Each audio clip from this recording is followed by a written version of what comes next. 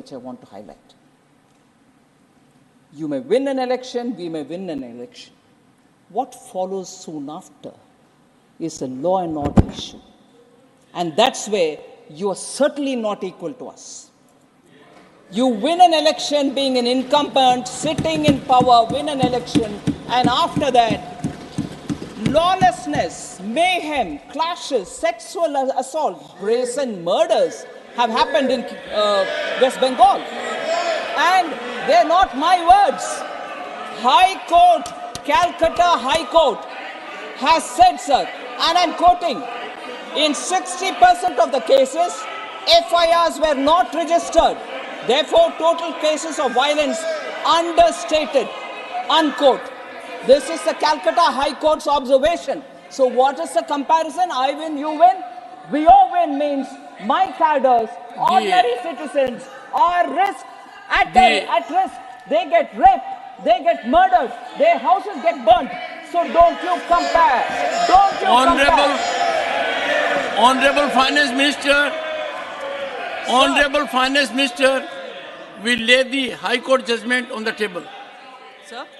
You will authenticate the High Court judgment. Of course I will, sir. Please. Of course I will. Thank you. Sir, the incidents are such worrisome incidents, sir. So this very house, which periodically talks about women's welfare, women's law and order related issues, that is where I start telling, if we start politicizing women's issues, malnutrition, and about children, there is no end. I can point a finger, they can point a finger, no end to it. But look at the gravity. 4th May 2021, 60-year-old woman was gang raped in Kejuri in front of her 6-year-old grandson while her daughter-in-law was beaten up. So you win, I win, sir? You win and I win? May 21st. May 21st. I don't mind, I'll hear. Sir, I'm happy to sit down. I can happily sit down. Ma'am, I'm responding to you. I'll sit down. But if the issues have been raised by members, I'm duty bound to give an answer. I quite welcome you telling anything to me. Oh, this is not economy. Oh, this is not the discussion. Oh, this is not on jobs. I will talk about it because the comparison came from your end. I will respond to it. Sir, 5th May 21, Arup Das, a BJP Karyakarta, a resident of Natra village in Indus, was found hanging from a tree. Who did it? Till now. And out of the court, Calcutta High Court again, sir, comes to my rescue. I will give you the statement authenticated. I am quoting here, sir. Out of 268 FIRs,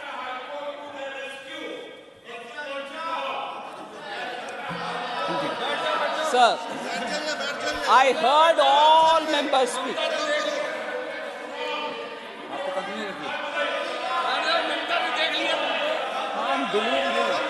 Honorable Finance Minister. Please sit down. Honorable Finance Minister. Out of, I'm quoting, sir. Honorable Finance Minister. FIRs. Honorable Finance Minister. Honorable members, I have already directed the Honorable Finance Minister that the references she has made about High Court observations in judicial orders, she will authenticate, and not only authenticate reporting of those judgments, but put on the table of the House the judgment. Please go ahead. Thank you very much, sir. Sir, quoting again, sir, 19th August 2021, the High Court of Calcutta observed, quote, out of 268 FIRs claimed to be registered by the police suo motu, copies of only 219 could be found. It is evident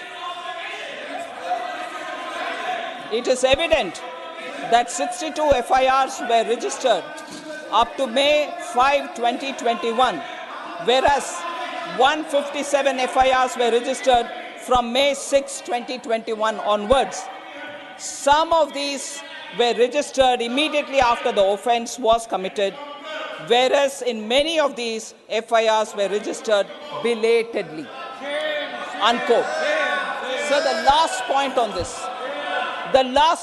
this, on 6th May 2021, MOS Muralidharan and his convoy was attacked. Not even a central minister is safe. So you win, I win doesn't work. Doesn't work at all.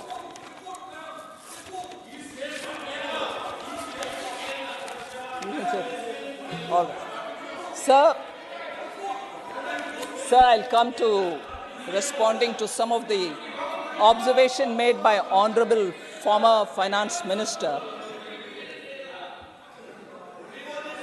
And if you'll allow me, if you'll indulge me with a light-hearted banter, if I may use.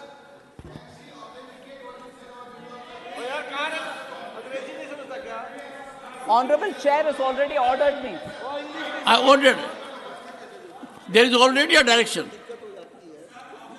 Yes, and I'll look into it after I go through it. Please.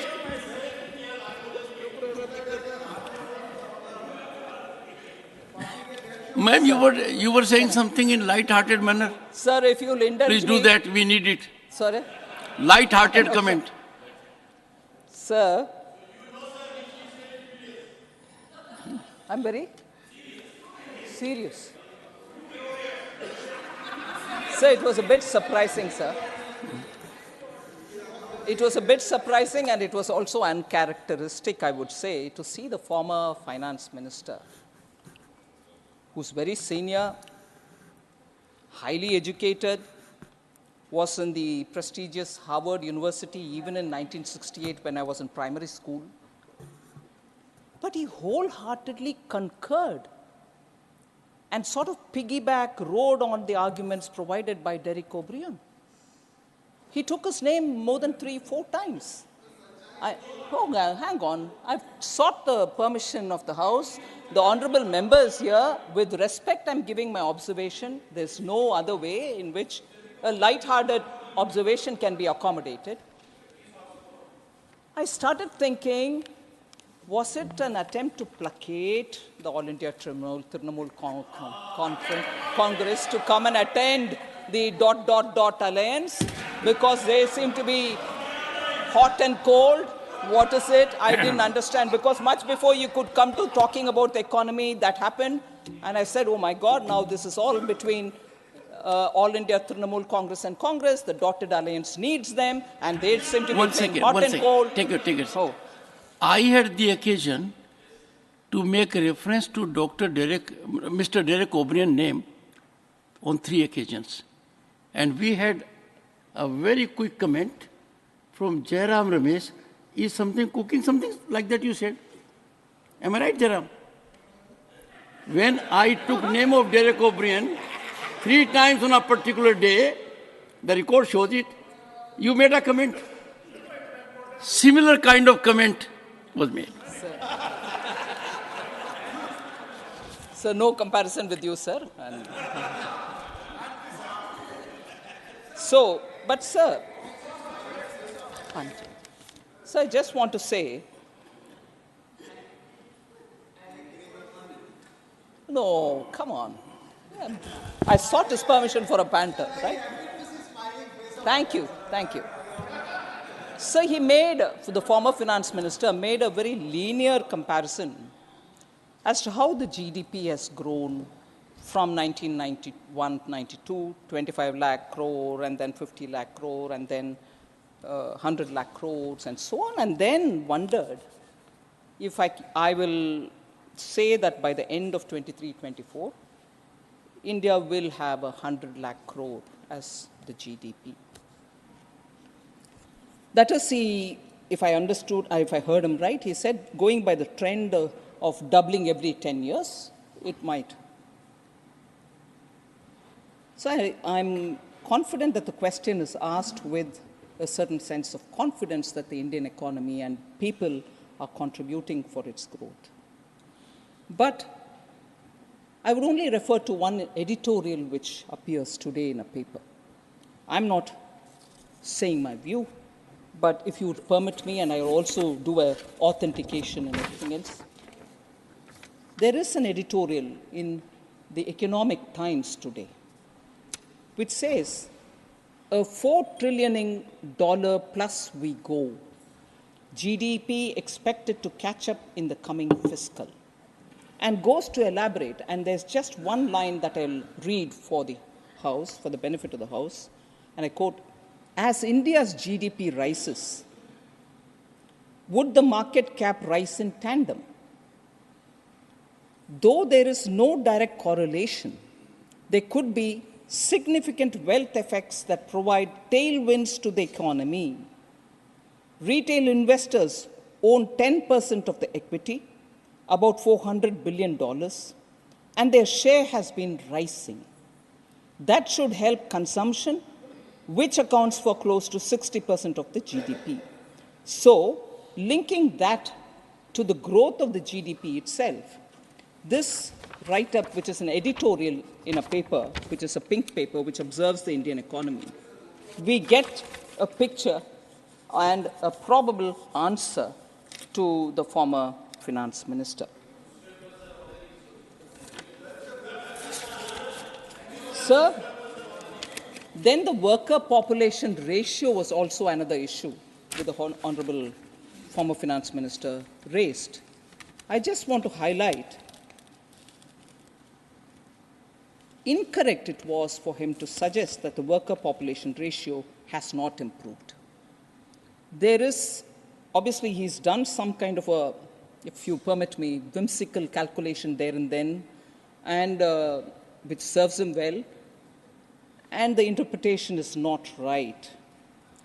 As per the PLFS, that is the Periodic Labor Force Survey, WPR, the worker population ratio, that is the share of the employed in the total population, has increased to 56% in 2022-23 from 46.8% in 2017-18.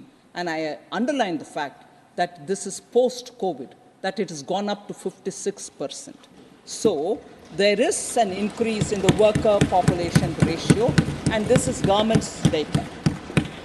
So youth unemployment rate, that is the age between 15 to 29, has declined. Unemployment rate has declined to 10% in 2022-23 from 17.8% in 17-18.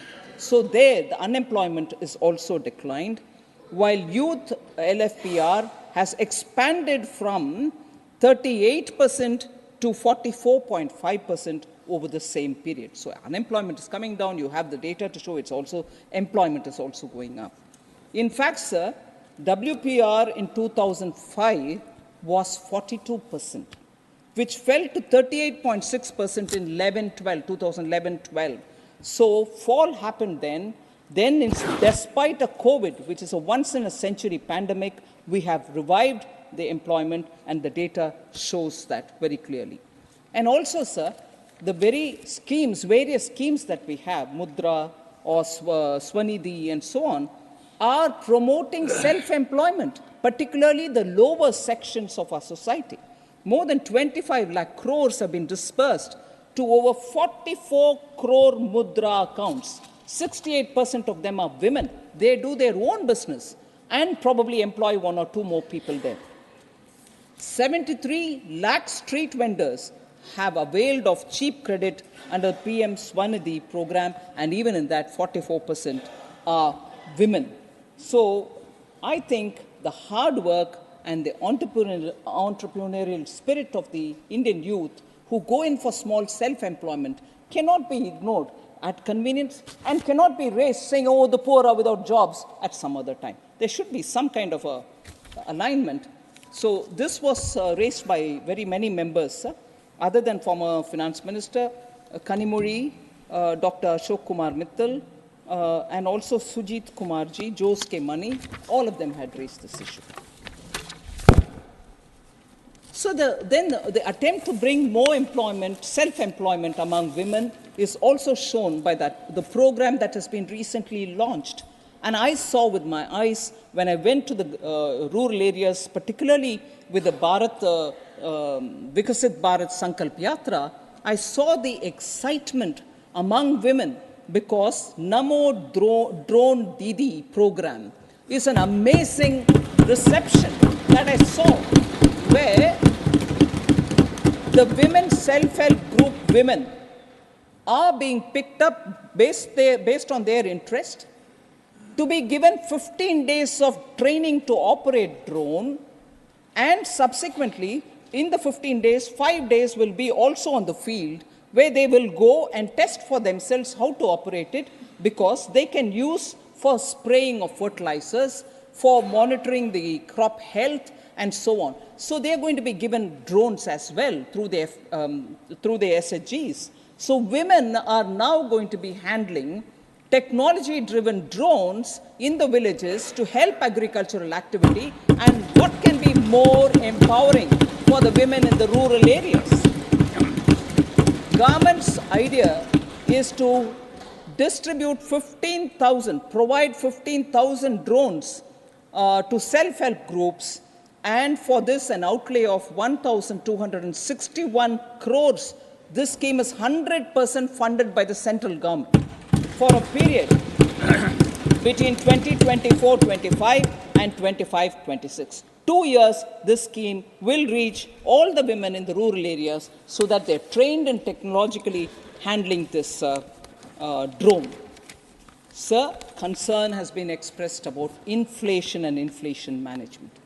Quite a few members, Rajiv Shuklaji, Ashok Mittalji, Derek O'Brien, all raised the issue. Sir, average inflation during 2014-15 up to 2023-24 has only been around 5.5%. Now, since 2014, the retail inflation breached the number and reached the highest point of 7.79 in April 2022. I concede that. But by contrast, of course, because that is important to remind ourselves that between 2004 and 14, the average inflation was 8.1%.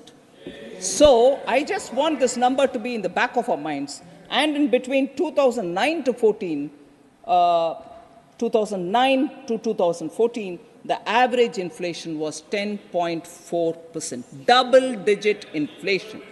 So I just want that to be highlighted. We have taken quite a few steps to make sure that I know the Consumer Affairs Minister, the Food Minister Piyush Goyal, the Leader of the House, has been on and off releasing pulses, on and off releasing onions from the godown, from the buffer stock. Procurement and distribution of tomatoes and onions are happening as and when there is a need. Imposition of stock limits have been on pulses and wheat. Our trade policy also sees changes so that our buffer is kept safely for ourselves. And import restrictions and quotas have been introduced on specific commodities. More than that, sir, you would recall that the Honorable Prime Minister, before Raksha Bandhan, had brought down the price of cylinders by 200 rupees.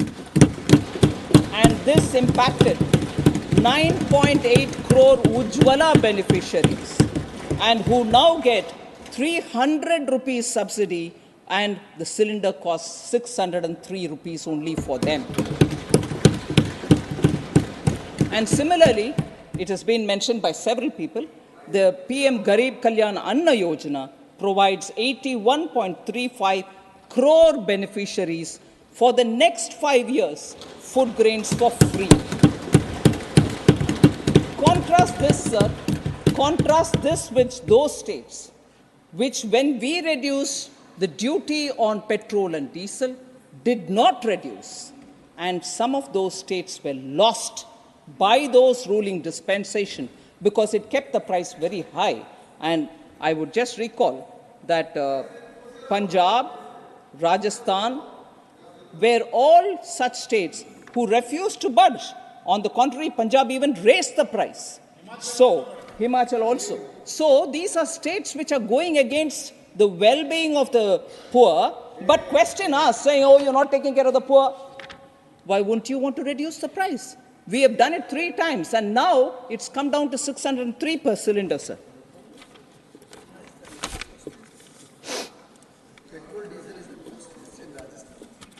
That's right.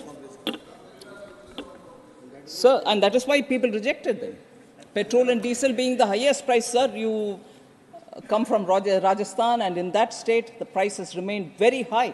Inflation as a result has been high. No wonder the people have rejected them.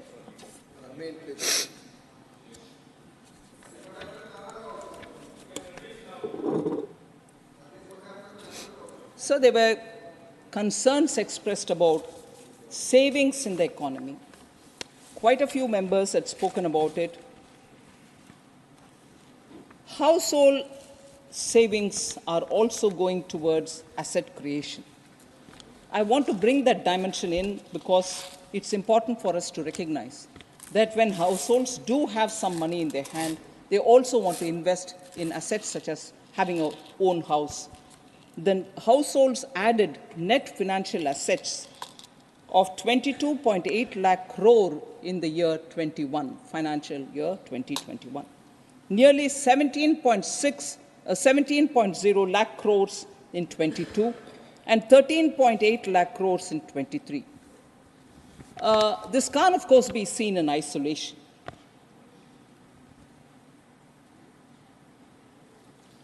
This is an incremental purchase of an asset for themselves. They're making smarter choices, not just putting it in post office accounts. People are also now investing in the retail market. Retail market consists of small investors who are coming for small shares, and they're doing it on their own, not going through mutual funds. Overall household savings, sir, which includes financial and physical savings, grew at 9.2% CAGR between 13-14 and 21-22. That is 8 years. It's grown in that kind of a number. The nominal GDP has grown at CAGR 9.65 during the same period. Hence, the household savings has remained constant. It has not come down. But the fact that it is going also to through the stock markets, net unique account, demat account opened are also reaching record numbers. I just want to highlight that the asset under management of the Indian mutual fund industries, for those who are going through the mutual fund, has grown 5 times in 10 years from 8.34 lakh crores in October 2013 to 46.71 lakh crores in October 2023. Total demat accounts in India, have crossed 13 crores, the highest ever touched in India. It has increased by almost 6 times since 2014, when it was only 2.18 crores. It has tripled since the onset of COVID-19, which is a remarkable point to be observed.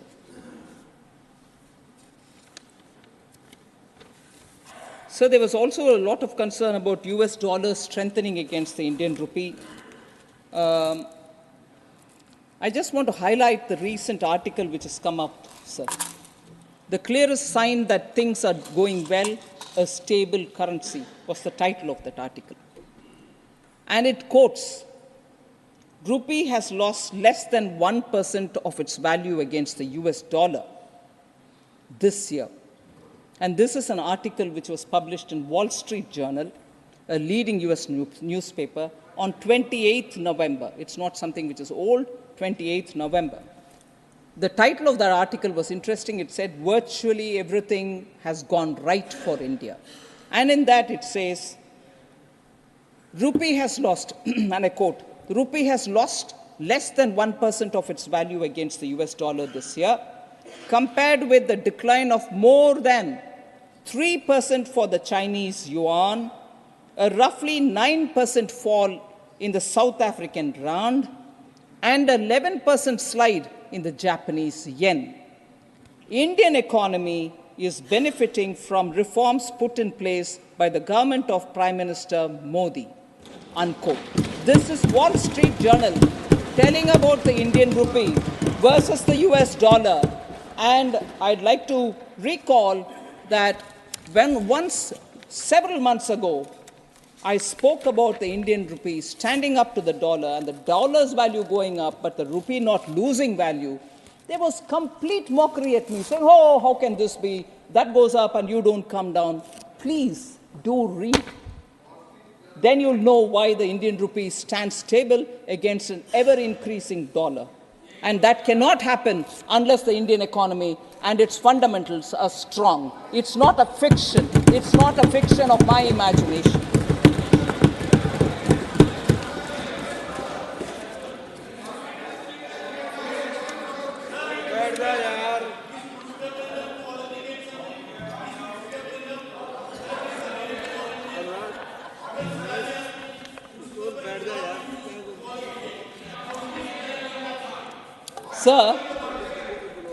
Sir, I will come up to something more on which John Britta's honourable member would have more interest about Kerala. I'll come to that. So reserve some energy for that. So the next question was about,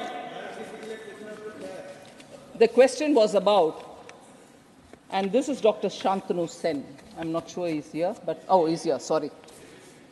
About why central government sends teams to inquire. Why wouldn't we release the funds in time? And also thought that we were against the poor by not releasing the funds. I just want to put some facts on record, sir. A central team was sent for an inquiry on January 22nd, 2019 to 2019, January 24th, 3-4 days. They visited about 6 gram panchayats. I'm just giving you this as one of the examples. This team visited 6 gram panchayats in 4 blocks in Purva Bardhaman and 7 gram panchayats in 3 blocks of Hooghly district, and a total recovery of 484.27 lakh was reported. 484.27 lakh was reported. Now, the state government after that sends a action taken report because that was sought from the state. And the action taken report says that the state government had deposited the recoverable amount from the state treasury.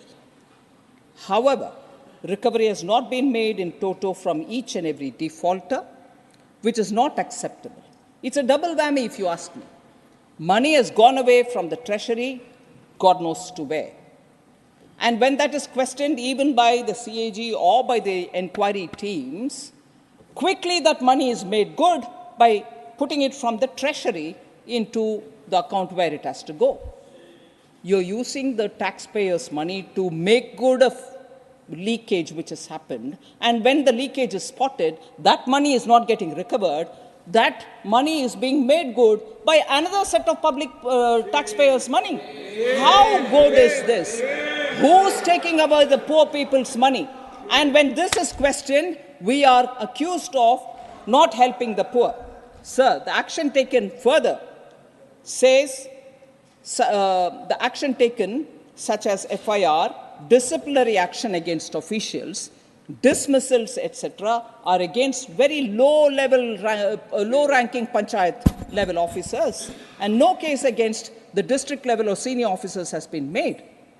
Then, the other kind of thing which got noticed was existing work is getting shown as work done under Manrega. That work is already done and it is there. You're re-putting it under the Manrega account. Is it wrong to highlight it? This was double accounting. So, when you question us, saying you have not released money, you are sending teams. The teams are finding all this out. So, existing work gets fraudulently shown as work done under Manrega. And you also, even worse, sir, a state which had a long tenure of communists and who question everything done here should be questioning some things which is happening in Bengal. Private tea estate gets road done under Manrega, sir. Private property gets work done under Manrega. Communists couldn't even raise it. And when we raise it, hurray, how can you use Manrega money for doing a private laying of the road in a tea estate which is owned by a large tea estate owner? people talk to us about you only benefit one or two big companies. What's this, sir? What is this, sir? So, I want very clearly correction to be done in favor of the poor. Correction to be done in the name of using public money responsibly. And that is where we've been asking questions. And that is where answers which come don't give you complete answer. So I'm sorry, the teams have come. 19 is when they went. 5 years are going to get over. Now you keep asking us without correcting course. Is it wrong, sir, in this House to raise questions about public money? It's our business, all our business, to make sure the money goes to the right people, and that is why Honorable Prime Minister says adopt technology, use DBT, put it into the account of the common man. Doing that in the first few years, DBT gave us 2 lakh crore advantage in that pilferage was stopped. Adopt such methods rather than continuously pointing to us saying, no, you're not giving money. That is going there in Bengal. They go to the street to say Modi is not giving money for the poor. Who's not giving money for the poor? Leaked money is getting filled by taxpayers' money. Is that serving the poor? Sir. Cut money. Sir, again, Professor Ram Gopal Yadav.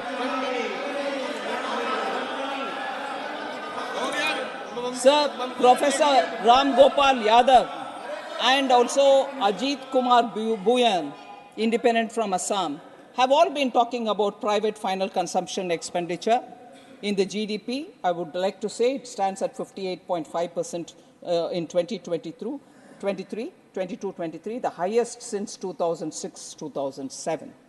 The gross fixed capital formation, the share of the gross fixed capital formation in GDP stood at 34% in 22-23, again highest since 2013-14. So per capita income was also a matter on which questions were raised.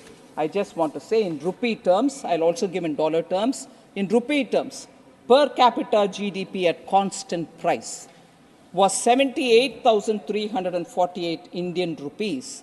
In 2013-14, it has increased to 1,15,746 rupees in 2022-23. Substantial increase in per capita at constant price.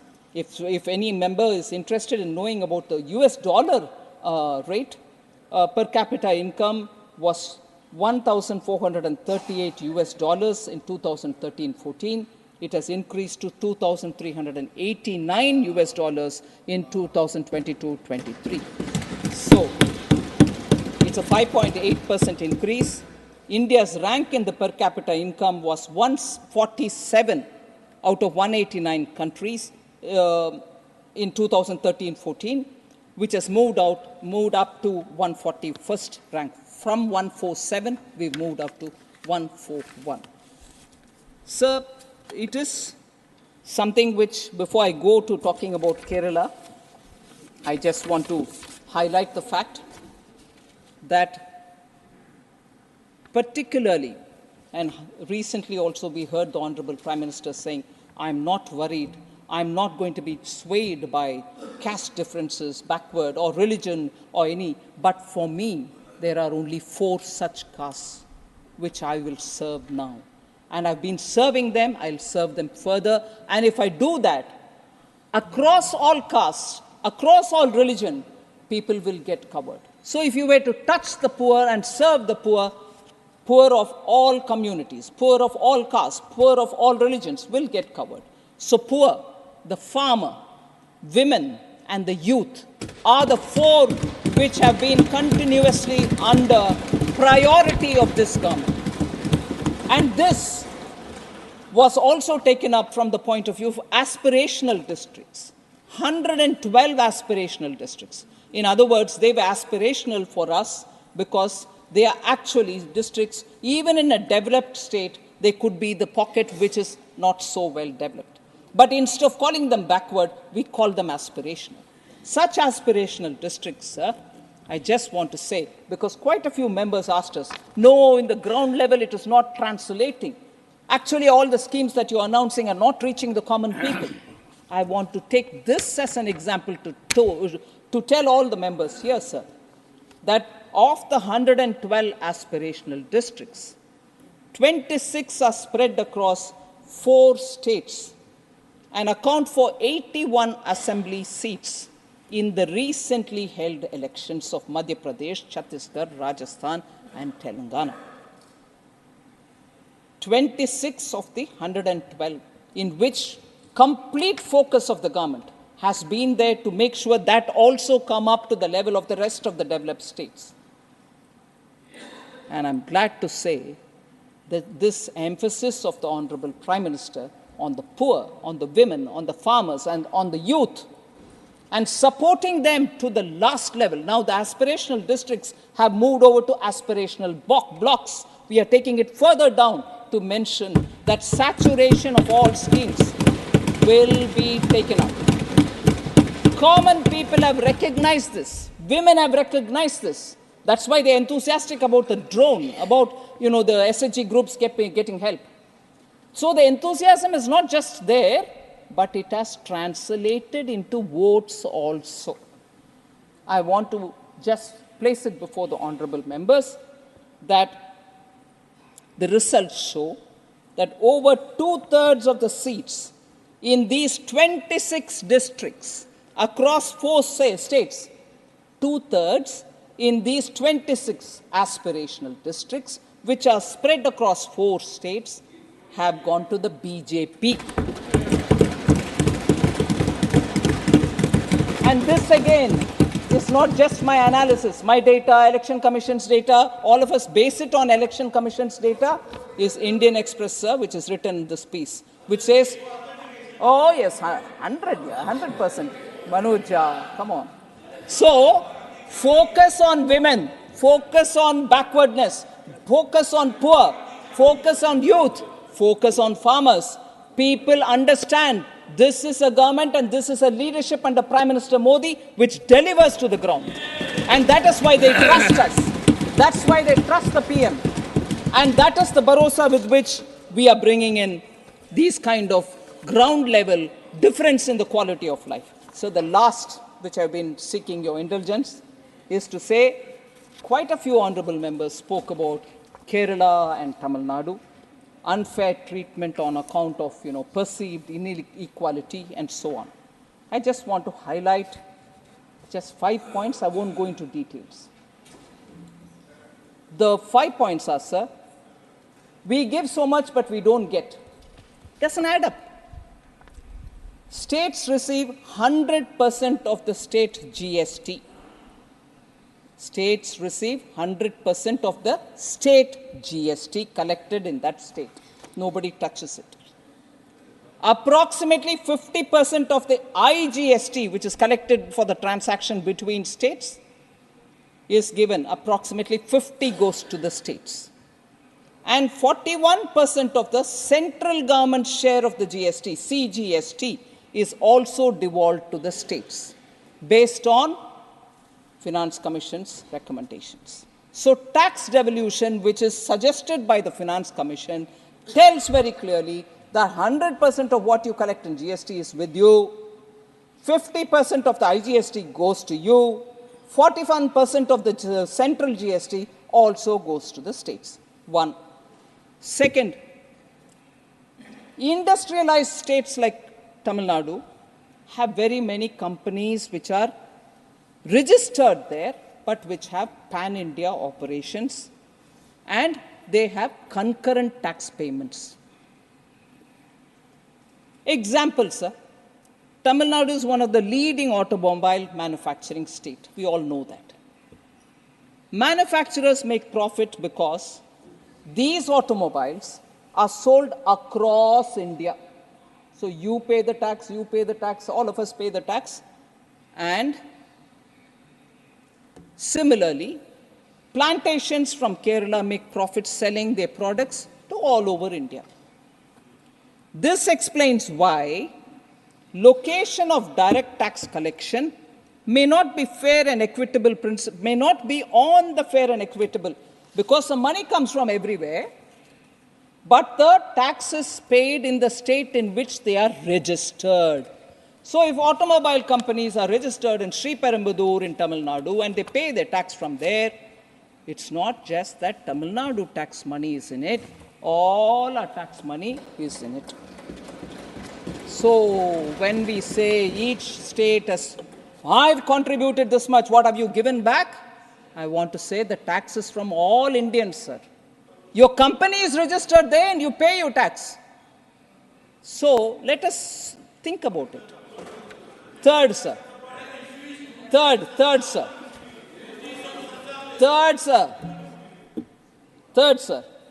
Sir, there's a proverb in Tamil. I just half heard John Britta's. I'm tempted to say it, if you don't mind. Tadukula panja, paayila paaiven. உனக்கு தமிழ் புரியும். தடுக்கல பாஞ்சா பாயில பாய்வேன். Meaning, I raise an issue and if you address that, I'll jump to the next. There's no end. I'm sitting in a tadukku, I raise issue about it, I answer that tadukku related issue, but no, now I've gone to pai, answer that. I mean, come on, tadukula panja, paila panjinde irukano. So sir, yeah, I'll still answer your cess and your surcharge. This is answered n number of times in this house. But n number of times it will always be raised, like the other day, with your permission, I took a banter on Honorable Member Ami Yagnik, on the waiver written off. Permanent debate. It's been explained till the cows reach home, but we'll still explain it. I'm quite... No, don't worry. Write off and written off are grammatically different, that's all. So, that has been explained several times, sir, but I don't mind. With your permission, I'll do it any number of times. Sir, third. Ma'am, I think men agree more than women agree amongst themselves. No, it's a reflection.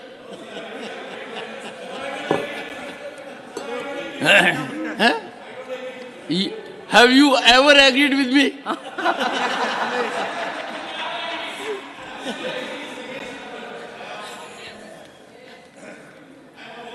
Sir. So third is, sir, physical infrastructure such as roads, rails, ports, airports are built by the center. And expenditure on internal and external security is completely the center's. So we have to make comparisons taking these points into consideration. The last 2 points, sir. I'm just giving this as an example. Tax devolution made to Kerala and tax devolution made to Tamil Nadu during the 14th, 13th, 14th and the 15th Finance Commission. Kerala, sir, when that is 32% devolution, 13th Finance Commission, had 33,368 crores. When I'm saying 13th Finance Commission, its period was 2010-11 to 14-15 in that duration. 33,368 crores. Then when the 14th Finance Commission submitted its report and its report's recommendation was accepted, just as soon as Prime Minister Modi took charge in 2014, and that 2014 report came into effect from 2015-16 to 2019-20. By that time, because the recommendation of the 14th Finance Commission was 42% will have to be devolved to the states, so the 32 became 42 in the tax devolution. 15th Finance Commission, it became 41 because of Jammu Kashmir becoming union territory. So 15th Finance Commission, it is 41%. And 15th Finance Commission term, which is running now 2021 to 25-26. So I'm reading the numbers for those 3 Finance Commission terms.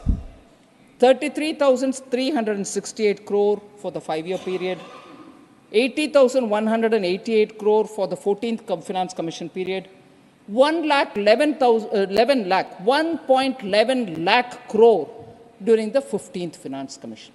33,368, 80,188, 1.11 lakh crore now in the current period. Tamil Nadu, sir, during the same time, 70,825 during the 13th Finance Commission's time, 1.29 lakh crore during the 14th Finance Commission, which ended in 2020, and during the 15th Finance Commission, 2.36 lakh crores. Just see the amount. And where are we being told your money is not getting devolved? You are getting the money. Sir, then the last point, sir, the fifth one, the credibility of this government, sir, is to financially empower the states can also be engaged from the fact that an issue which was pending from 1996-97 till 2014-15 happened, nobody touched it. That was actually money belonging to the states. Nobody touched it. It was lying as a pending amount, tax dues amounting to 81,645 was lying there. It was Prime Minister Modi who in 2015, talking to the earlier, this happened in 2021, talking to the ministry, to the officials, to me, all of us worked together with the states. There was some money which the states owned the center. This money was owned by the center to the states. 81,645 crores was then released, reconciled amounts adjusted. The net amount which went to the states was 43,168 after adjusting what they owe the center. So an issue pending from 1996-97 gets sorted out in 2021 in favor of the states because Prime Minister Modi was also a chief minister once and he knows what the states undergo in terms of money if it doesn't get reach them in time. That is why since 2020, I am standing here as evidence myself to say at least 5 times I have asked the ministry to release fund in advance. So where they were supposed to get 1 installment, 2 installments have been paid in advance and not waiting for the due time so that the states don't suffer. So a chief minister becoming a prime minister has actually kept in favor of all the states and has never discriminated against any one state. In fact, he repeatedly says, until and unless all states grow equally, India cannot grow. So somebody who believes in that is never going to discriminate against any state. So largely I've covered the issue, sir. I wouldn't go on to talking about internet connectivity and issues like that which many members raised, but I suppose the concerned ministers would also have their time to speak about it. Thank you very much for giving me.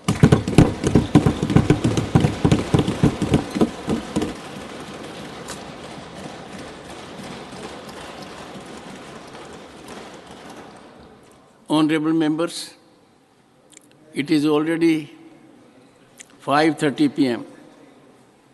We have allocated 3 hours for a combined discussion on the bills mentioned at serial numbers 8A, 8B, and 2 hours for item 8C in the list of business. If you all agree, we may now take up special mentions instead of the bills. These bills will be taken up at a later date.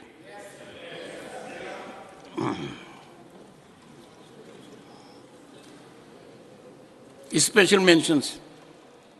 Shri K.R.N. Rajesh Kumar, Shri Kamakhya Prasad Tasa,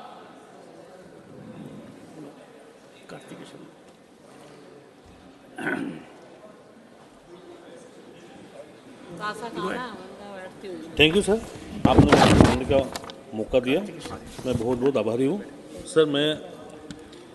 Sir, in the large landscape whole tea gardens of Assam, Tripura, West Bengal, Tamil Nadu, Kerala, a unique challenges presents itself. Educated youths have with no land and no income. No land, no income. The problem is seen especially in Assam, Tripura, and West Bengal.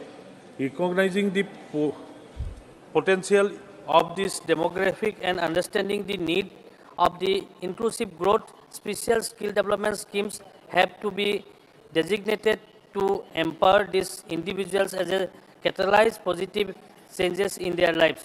Tea garden educated youths often faces limited opportunities due to the absence of tangible assets. To address this, skill development initiative must be strategically crafted to offer a diverse range of training programs, equipping them with practical skills that extend beyond traditional agricultural practices. These schemes must focus on the vocational trainings, entrepreneurship development, and technology adoption. Vocational training must be enabled to the youths to acquire skills in demands, opening avenues for gainful employment. Entrepreneurship development programs have to nurture their ability to manage small enterprises, fostering a spirit of self-reliance. Moreover, integrating technology into this initiative will ensure the youths as well versed in modern practices, enhancing their competitiveness in the contemporary job market. Digital literacy, e-commerce training, and exposure to emerging technologies will equip them to navigate the evolving economic landscapes by providing them with the tools and knowledge needed to thrive the diverse fields. These initiatives will give the way for brighter and more prosperous future for the unique demographic, fostering sustainable development in the tea garden communities. Sir, I urge the government through you to take necessary steps in the matter that larger public interest to provide skill development schemes to the educated and semi-educated youths of the concerned states. Thank you, sir. धन्यवाद.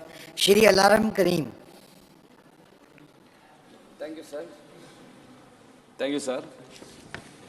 My special mention is demanding to protect the railway printing presses.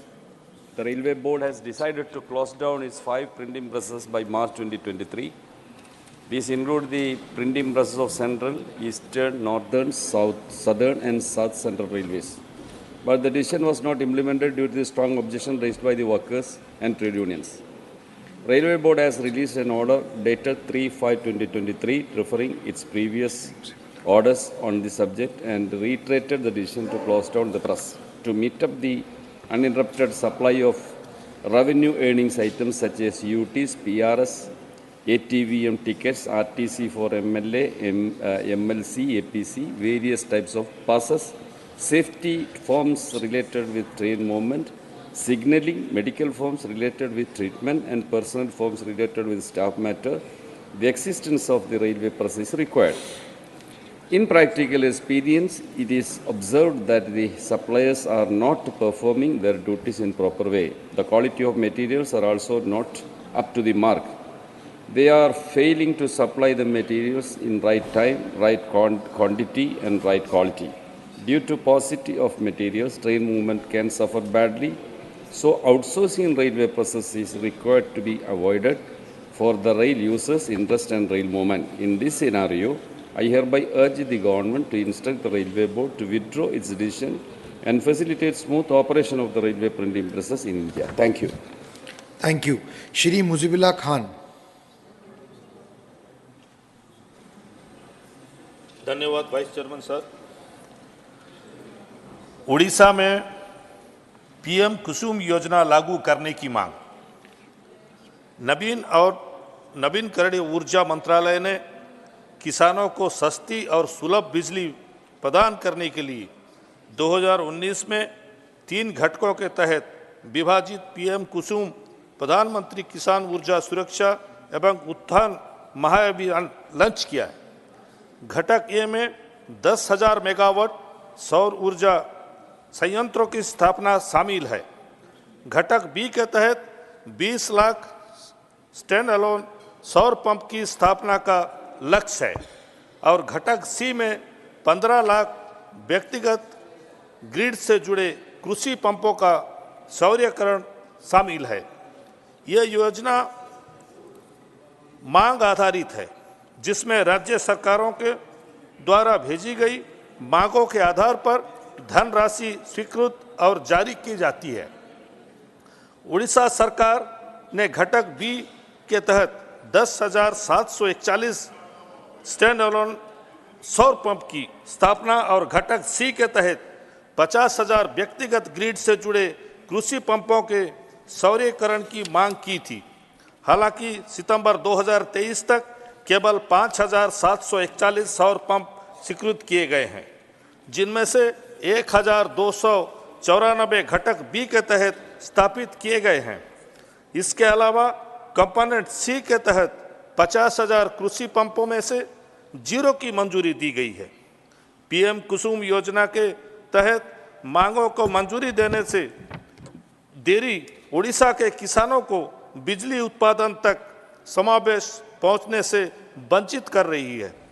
इस प्रकार महोदय, मैं आपके माध्यम से PM कुसुम योजना के घटक बी और घटक सी के तहत उड़ीसा राज्य सरकार द्वारा उठाई गई मांगों को मंजूरी देने में देरी के कारण की समय पर समीक्षा की मांग करता हूं।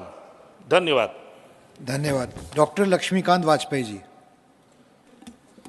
माननीय उपसभापति जी, मेरा स्पेशल मेंशन है छावनी परिषदों, कैंटोनमेंट बोर्डों में BI line British infantry, BC line British cavalry, RL line royal artillery, इस तरह के नाम अभी भी चल रहे हैं, जो कि अब सेना के शहीदों के नाम पर रखे जाने चाहिए।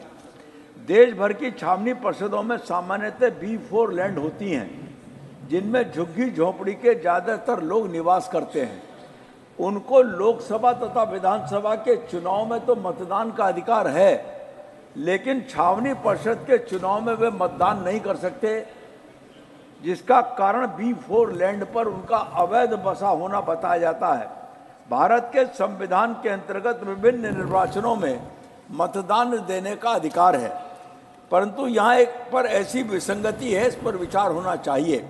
इसी प्रकार छावनी परिषद के क्षेत्र में सेना के जवान रहते हैं, उनके वोट लोकसभा, विधानसभा और छावनी परिषद के चुनाव में पड़ते हैं, लेकिन उनके व्यक्तिगत और यूनिट के ट्रांसफर होते रहते हैं।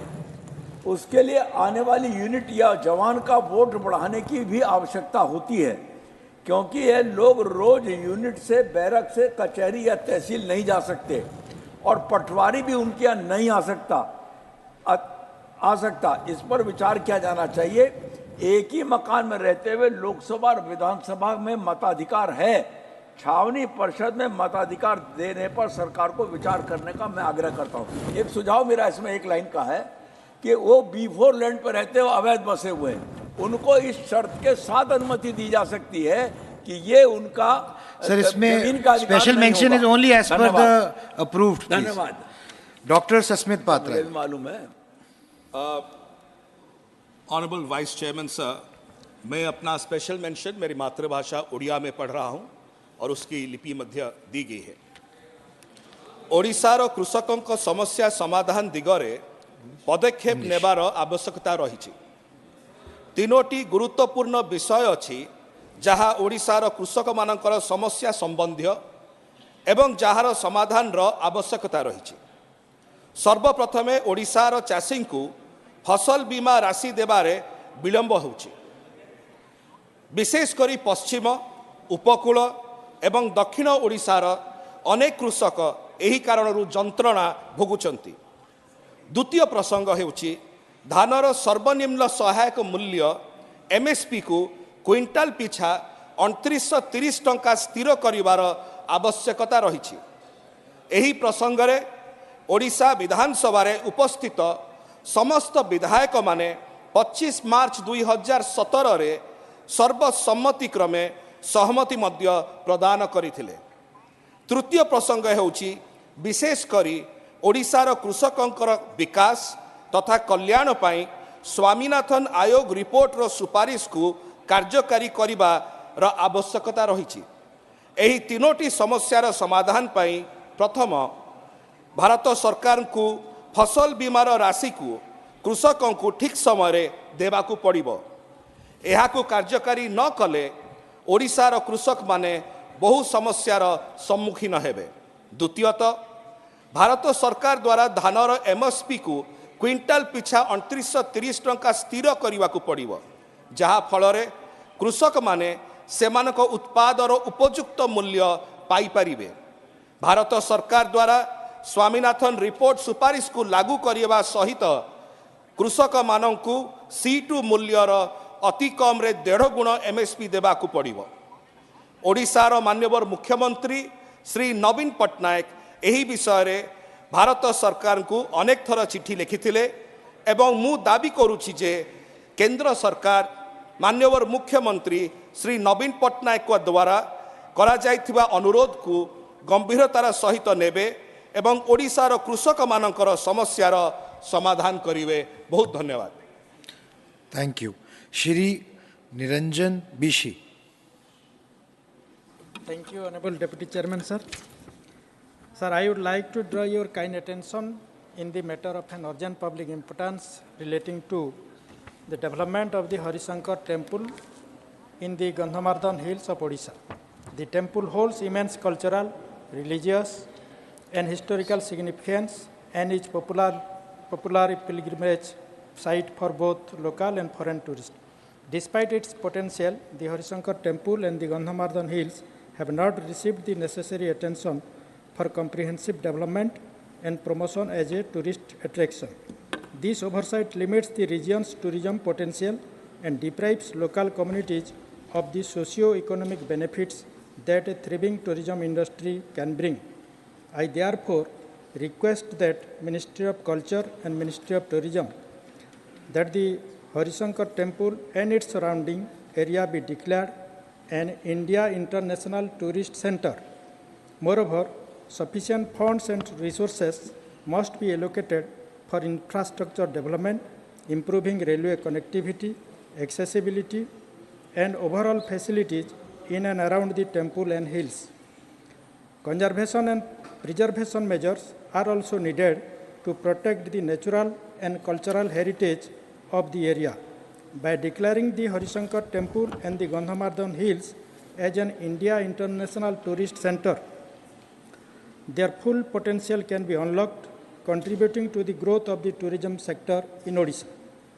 This move would not only boost the local economy, but also showcase India's rich cultural and spiritual heritage to the world.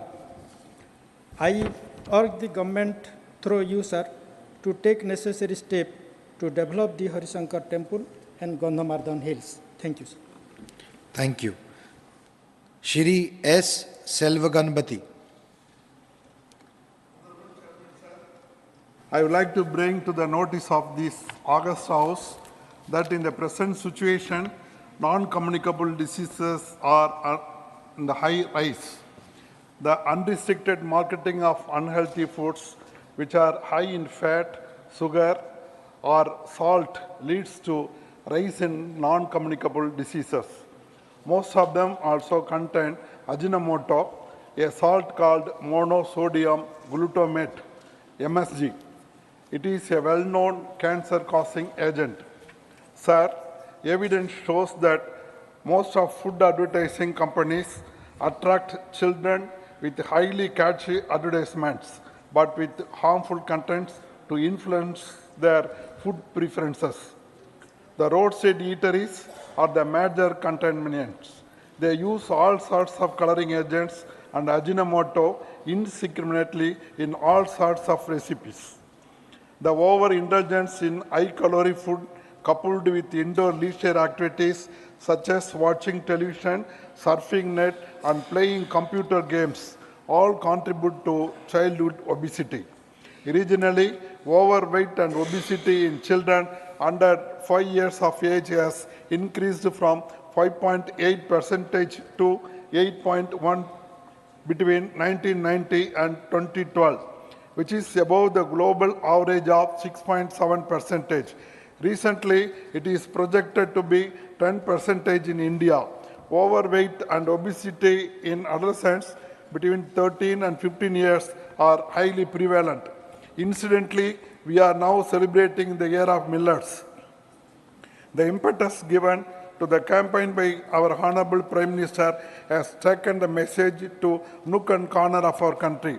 I request through you, sir, that the government should consider this matter as very serious one and initiate immediate action to cut the unopposed marketing of unhealthy foods in the country. Thank you. Thank you. Dr. Amar Patnaik. Thank you, Chairman, sir. Sir, I rise to raise a demand for waiver of 18% goods and services tax on Kendu leaves.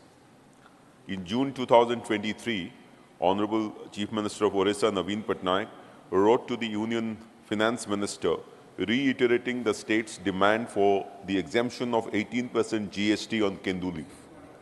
The reason is the adverse effect it had on the livelihood of lakhs of tribals traditionally engaged in plucking Kendu leaves.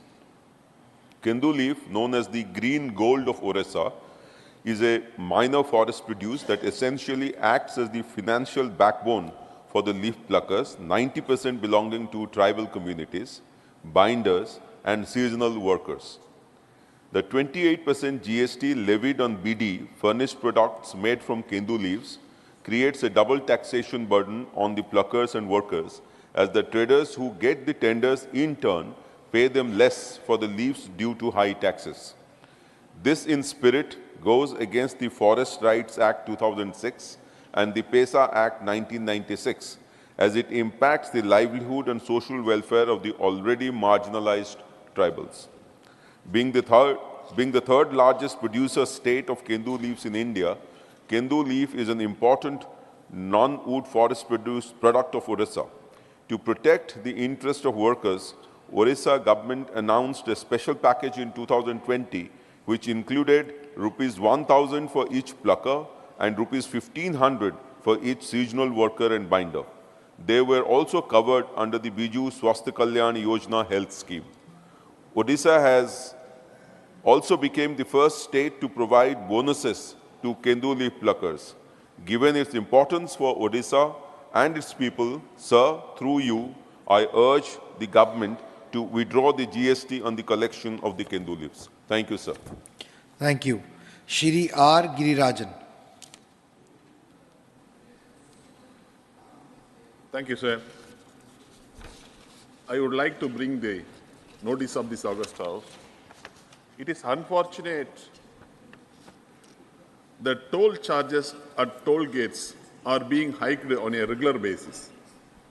It affects badly the transportation of raw materials across the country and the state, and will lead to escalation in prices, essential commodities, particularly food items, in addition to the price set up by the oil companies for petrol and diesel. The union government collects rupees 5 and 2 per litre sale of petrol and diesel as infrastructure development fee in 21-22 alone. 3 crore 8 lakhs 49,000 empty of petrol, 7 crore 66 lakhs 59,000 empty of diesel have been sold all over the country, and rupees 2 lakhs 70,000 crore was collected infrastructure development fund. Even after collecting 20 lakh crores of road infrastructure development in past 10 years, high toll charges is unjustifiable.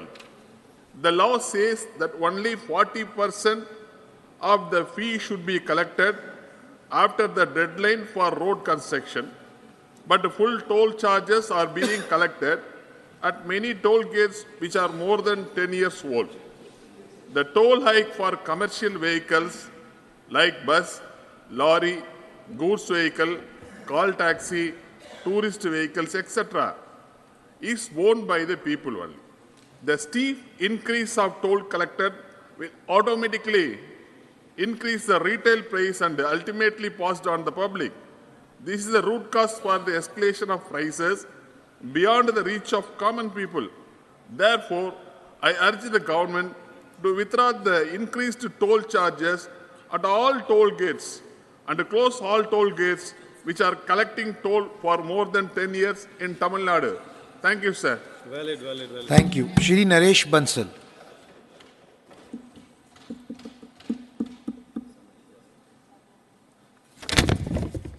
धन्यवाद उपसभापति जी. Demand to develop Uttarakhand as a sports club, sports hub. देवभूमि उत्तराखंड सीमांत क्षेत्र होने के साथ ही इसमें हिमालय, चार धाम, जीवनदायिनी नदियां व वन हैं. उत्तराखंड के निवासी बहुप्रतिभा के धनी हैं. वह उत्तराखंड ने संस्कृति, साहित्य, ज्ञान, विज्ञान, वीरता और खेल में पूरे देश को बहुत सारे रत्न दिए हैं. यहाँ से लगभग हर घर से एक जन भारतीय सेना में शामिल हो देश के लिए सर्वोच्च बलिदान दे रहे हैं. वह अन्य सरकारी, गैर सरकारी पदों पर सेवा दे रहे हैं. आदरणीय प्रधान सेवक नरेंद्र मोदी जी का उत्तराखंड प्रेम जग जाहिर है. वह मोदी सरकार में उत्तराखंड का सर्वांगीण विकास हो रहा है. वर्तमान में खेल की दिशा में अंतर्राष्ट्रीय स्तर पर सम्मान बढ़ाया है, किंतु यहाँ राष्ट्रीय व अंतर्राष्ट्रीय स्तर की खेल सुविधाओं का अभाव है. जबकि उत्तराखंड के खिलाड़ियों ने हर तरह की राष्ट्रीय, अंतर्राष्ट्रीय खेल प्रतियोगिताओं में प्रतिभाग लेकर पदक जीते हैं. वह राज्य का नाम स्थापित किया है. मैं कहना चाहता हूँ कि उत्तराखंड को खेलों का हब बनाया जाए, क्योंकि यहाँ साहसिक क्रीड़ा, जिसने बिछेंद्री पाल जैसे अंतर्राष्ट्रीय स्तर की महिला पर्वतारोही को दिया है. इसके अतिरिक्त उत्तराखंड के लोगों का हिम क्रीड़ा, जल क्रीड़ा, कुश्ती, बॉक्सिंग, बास्केटबॉल, क्रिकेट व निशानेबाजी में योगदान रहा है. तमाम ऐसे दर्जन लोग हैं जिन्होंने राष्ट्रीय नहीं अंतर्राष्ट्रीय स्तर पर भी हमारे देश का सम्मान बढ़ाया है. मेरा आपसे निवेदन है कि सरकार उत्तराखंड को एक विशेष स्पोर्ट्स हब के रूप में विकसित करे, ताकि यहाँ के खिलाड़ी अंतर्राष्ट्रीय स्तर पर देश का सम्मान बढ़ाएं. धन्यवाद. धन्यवाद. प्रोफेसर मनोज कुमार झा. सर, बत्ती जलने में आजकल वक्त ले रही है. Oh, thank you, honourable vice chairman sir. Good to see you there. My subject today for the special mention is to need to explore sustainable alternatives to stubble burning. It is the same story every winter, sir. The capital and adjoining regions are engulfed in smog, setting fresh records of extreme air quality index, AQI, levels due to stubble burning in northern states. While some efforts are being made to lower AQI levels through temporary sprinklers, imposing robust vehicular movement guidelines, and issuing numerous health advisories, long-term sustainable alternatives to a major source of pollution remain unexplored. There are various eco-friendly crop residue alternatives that the government can explore to mitigate climate hazards posed by stubble burning. Biomass briquettes, compressed blocks made from residual straw and paddy, provide an environmentally conscious substitute for coal. When used in thermal power plants, these briquettes can significantly reduce the carbon footprint. Leftover paddy can be used innovatively by transforming it into various products such as paper, cattle fodder, animal bedding, agri-fiber boards, and packaging materials. These practices promote sustainability and create monetary benefits from leftover paddy instead of incessant burning. So, the Indian Agriculture Research Institute has introduced a bioenzyme that, when sprayed on paddy residue, facilitates decomposition and transforms it into nutrient-rich manure within a couple of weeks. Other viable alternatives such as happy cedar, bioethanol production, and providing better subsidies to other crops should also be explored by the Agriculture Department. Educational promotion of green farm practices among farmers and highlighting associated benefits should accompany these initiatives. I urge the government to start implementing sustainable alternatives to stubble burning before the next winter sets in. Thank you very much, sir. Thank you, Professor Jha. Shrimati Mahua Maji. Dr. Ami Yagnik.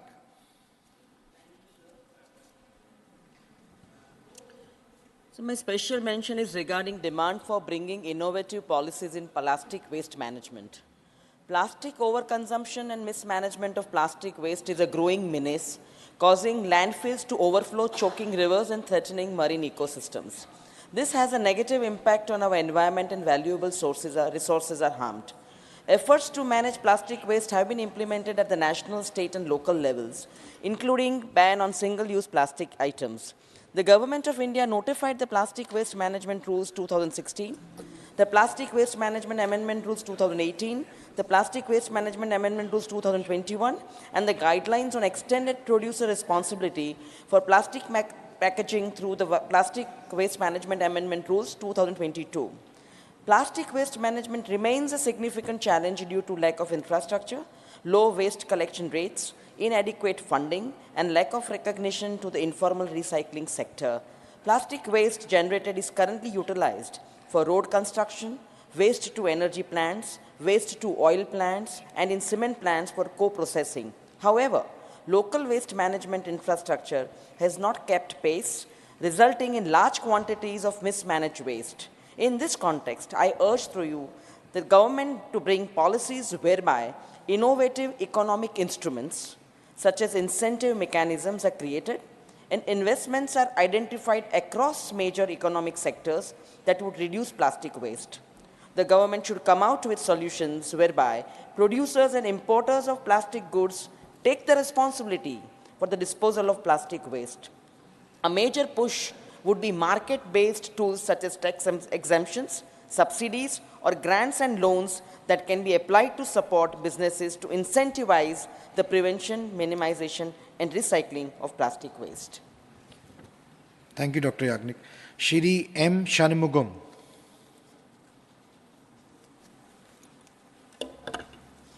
Thank you, sir. My demand in this special mention need to review the revised EPF pension fixation formula.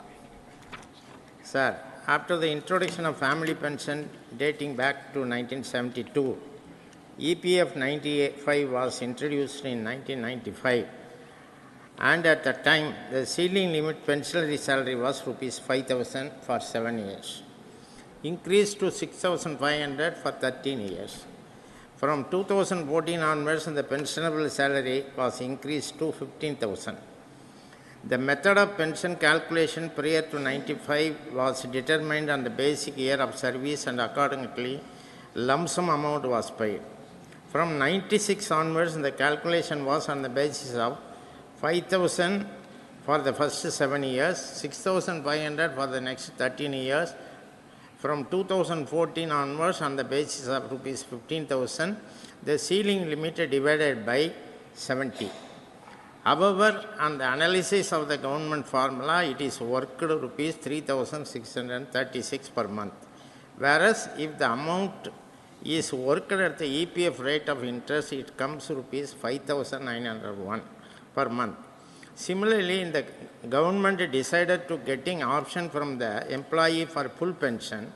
The employee has pay more contribution, and consequently, the formula for pension followed by EPF at present should be changed.